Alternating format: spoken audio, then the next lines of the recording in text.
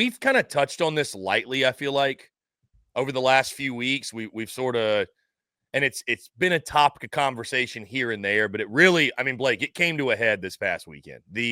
No doubt. The umpiring was bad. It was just bad. And here's the difference too, Blake.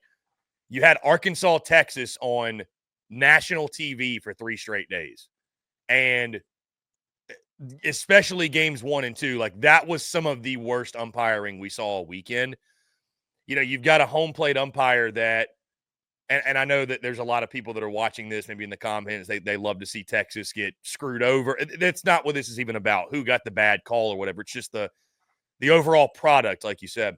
We've got 1 inning where, and I even forget if it's Arkansas or Texas, a guy check swings, and it's not even close. He didn't go. Yeah. Umpire does not check down, calls him out. The next inning, or maybe 2 innings later, whatever, later in the game, a guy check swings, and he goes further than that guy did. He checks down to third base, and they say no swing. And it's like Schlossnagle lost it. And I get why he lost it, though. It's just – and he had to go get his player. Remember, he had to walk out there and get his player. I think it was Gasparino, if I recall. Yeah, it was correctly. Gasparino, right. It's I think what's sickening, Blake, is like, again, the SEC has been at the forefront across the board, right? I mean, Greg Sankey is the Don. Like, Greg Sankey, it feels like, runs college athletics. You know, you give kudos to Greg Sankey, but it's like this is the area where it feels like the SEC thought they could go cheap on it, and they have gone cheap on it. And I think even too, Blake, I wonder, do you feel like part of this, it's so bad in baseball because they look at it as like, oh, it's just college baseball. Like, people will get over it. It's like, do they feel like they can go even cheaper in baseball? I mean, I had an SEC assistant coach tell me that, you know, not only do we not have full-time paid umpires, paid officials, or what have you, not only do we not have full-time paid umpires, but he said, Chris, we're seeing guys out there that we've never seen call SEC baseball games before.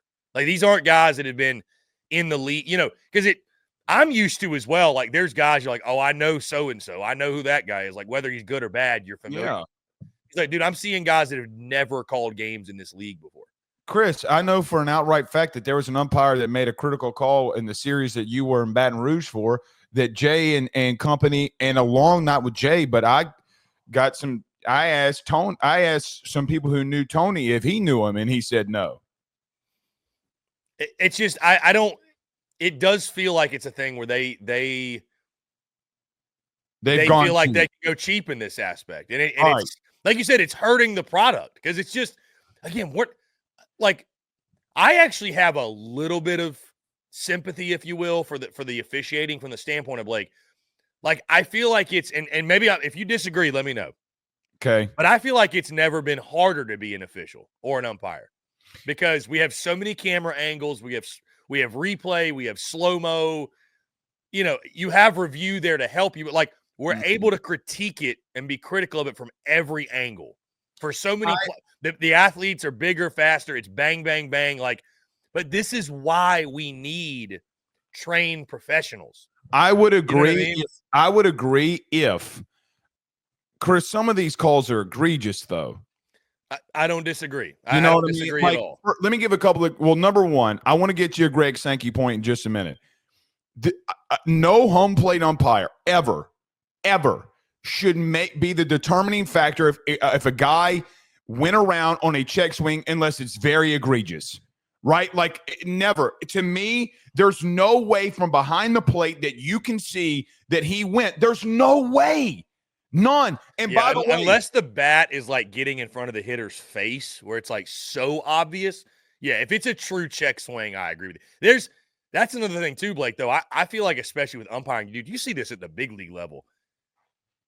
You have to be able to drop your ego if you're an umpire. You just have to. Because there's nothing worse than an umpire that makes it about them. Again, you see it at the big league level. What was the guy's name that just retired? Angel Hernandez. That everybody couldn't stand. He did that a lot. He'd make it about him. You know, like San Diego last night. You know, I'm a big Yankees fan. Their skipper got thrown out because of, look, and I love the Yankees. There was a pitch that was a ball. Change up, circle change, middle of the plate, but it was low. He even got so bad that they put the camera on Aaron Judge, and he's like, "Oh, So my thing with that, Chris, would be that they're making the game Bear Jones last weekend. So many different instances. Chris, I got to be honest with you. Please, no, I'm going to get pounded for this. Pause. The Liam Doyle situation. The Liam Doyle situation, in the sense of that you're allowing that to happen and nobody got kicked out of the game.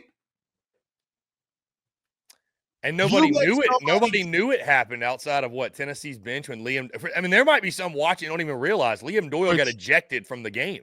He did. He wound up getting ejected. He got ejected and he got suspended. Here's the funny thing too. I mean, not that they should have given him some crazy suspension, but he's going to be he technically got suspended for 2 games. So he got suspended for game 3 against Auburn in the midweek.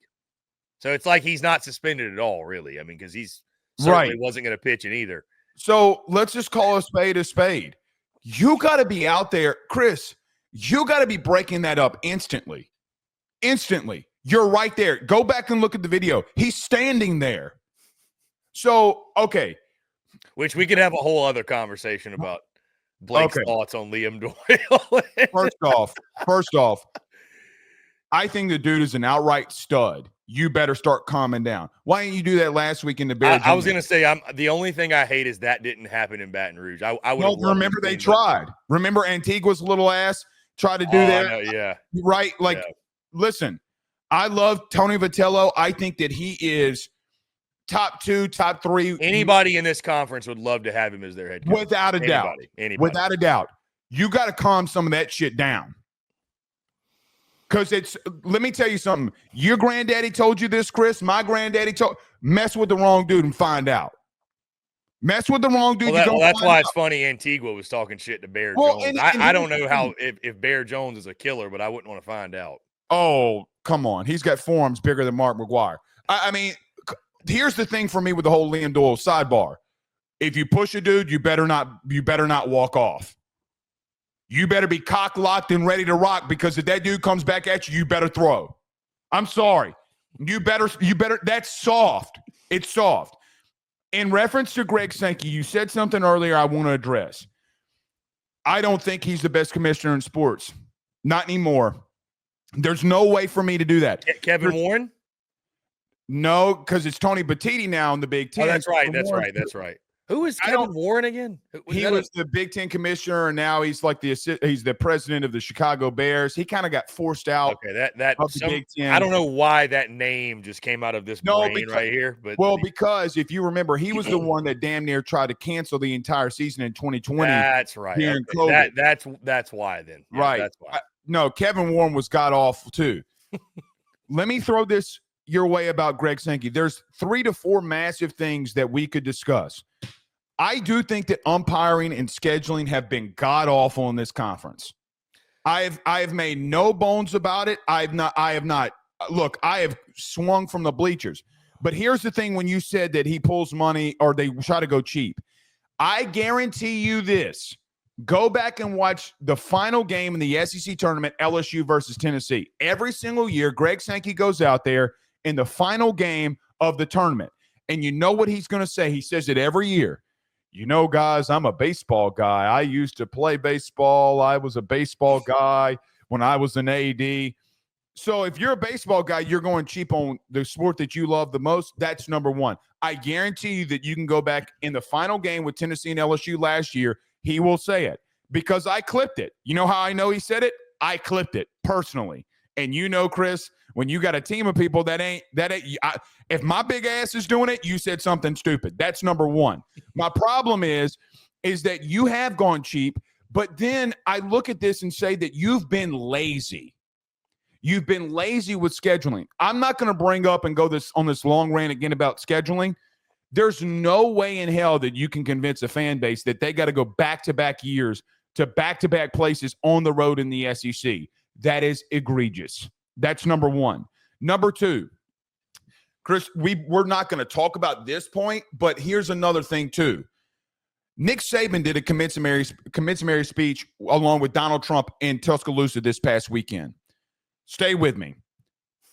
It took Nick Saban to get the ear of the president so that we could potentially get an executive order around NIL. Greg Sankey, where you been? You keep screaming from the rafters that we need legislation. It took Saban, what, 5 minutes? 5 minutes? Here's the truth. You legitimately did not have the balls to stand up because it would have affected your conference about your teams being better. And last year during football, it bit you in the ass finally. He has not done what he needs to do for this conference. Now, the Texas and Oklahoma ads, it is brilliant. You can't take that away from them. Chris, they're $1 billion entity per year. Billion. Billion, stuttering head ass. You mean to tell me that you can't hire full-time employees for umpiring? You keep going out there every year during SEC media days. Chris, you were there last year. The first thing that came out of his mouth, we need legislation. We need legislation. Ted Cruz is over it. Ted Cruz ain't going to hit Texas. He's not going to stop this because Texas is, guess what? We're back. Why would he do that? Because Texas is back because they're spending all of the money. He's not going to do that. It took Saban 5 minutes. Chris, I am sorry. I don't think he's the best commissioner in all of sports right now. I don't know who it is, but there are so many different things that if we look at, there's no way that you can look at baseball this weekend and say that things didn't get fixed. Last year, last point here. Last year, it was egregious. There was a weekend, I think week 7, week 8, inside the SEC, where he came out in a public statement and said, I saw absolutely nothing wrong with the umpiring. It's a tough thing to do. It's a tough thing to go out there and do. So now you're defending it. So now the last time that you came up, by the way, he did it during basketball season, if you remember. Oh, no, the SEC official. Chris, he's defending it. We have a problem right now that we have this bubble around Sankey that he is the best. Outside of Oklahoma and Texas coming into the league, which is a massive plus for him, and it outweighs a lot of different things. What has he done to help the SEC? Financially, yes, you can't take that stuff away from him. But, Chris, the product is getting hit. Mm-hmm. That is the part where, for me, that I say there's no way that anybody that covers this sport, no way. There's nobody that's a local beat member that's like you that covers the sport. And, Chris, I will be honest with you. As someone who covers the SEC from a national level in reference to football, my God, it is Alabama for their credit. Alabama gets hit with more penalties that other teams don't, and people don't want to talk about that. They do because there was a narrative that Alabama gets away with so much. The end of the game against Vandy last year, I got to be honest with you, that is an SEC problem. They shouldn't have lost to Vandy. They called them for 3 different penalties that were not even close, that you wouldn't have allowed in other teams to get called for. That is a fact. So there comes a part in time where, Chris, the product is getting hit because of him not wanting to put his foot down.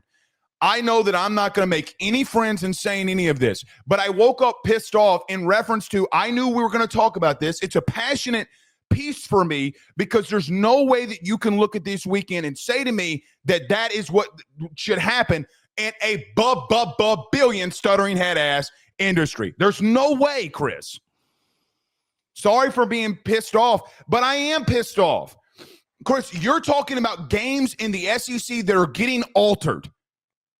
That's where we're at. You mean to tell me that Tennessee and Auburn did not get altered this weekend? You mean to tell me that Kentucky, who got swept, did not get altered this weekend because of it?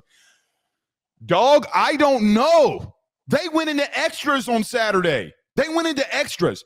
If I'm Nick Mangione, who probably the guy that wants the job for Mississippi State, hashtag sources, he got swept over some bullshit. That is a fact. It's not an opinion. So, again, golly, man, this has been egregious. And think about the money, too, tied up in college sports now. Yes. To the SEC. I mean, again, we just, our buddies over at FanDuel, how many of you out there listening are gambling on these games? Now sports gambling such a big part of college sports. That's being affected, too. Chris, think about there's this. Just too much. There's too much money. There's too much at stake now, especially. There's way too much at stake. I mean, dude, think about it. I mean, think about this. I mean, the gambling part is massive.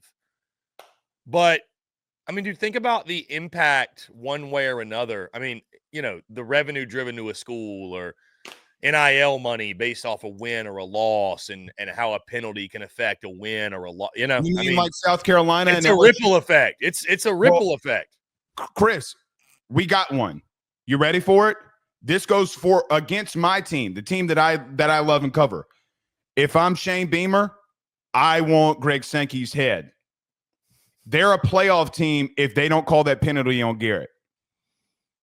They're 10-2 and they're going to the playoff. Yeah. Think about that. And then guess what? Sorry to interrupt you. Then Greg Sankey runs out there with Tony Batiti about us making 4 mandated teams per conference in the SEC and Big Ten auto qualifiers because he only got, 3 in there? Think about that now. Your officiating made you go behind the scenes. You didn't want to admit that officiating was ass, so you went out there and said, we need auto qualifiers. No, South Carolina should have never lost to LSU a year ago. You know that, and I know that. That is a fact. Garrett laid there like a fish out of water. Oh, I got hit. Good on Garrett. He did exactly what he needed to do to get that flag. But, Chris, that's a playoff spot. By the way, how many millions do you get from going to the playoff again? I don't know the exact number, but way more millions than you don't. Hey, how about this? Hey, millions, right? Stuttering head ass. Right. You think that you could have not had to worry about Dylan Stewart hitting the portal instead of having to pay him $1 million? Where was that $1 million coming from? Chris, he's getting $1.2 million.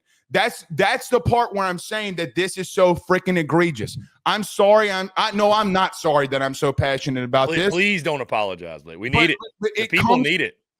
Again, South Carolina got hosed. They got hosed. That is a bona fide fact. I mean, you got so many people calling him out. Chris, when's he going to do something about it? I said it simply, Blake. The overarching theme and the thing we can all agree on is that if you're going to tout yourself the best conference in sports, and I do believe it is, I do too. You should carry yourself that way across the board, and that includes officiating, umpiring, etc. It just the best conference in sports deserves better, far better, far better.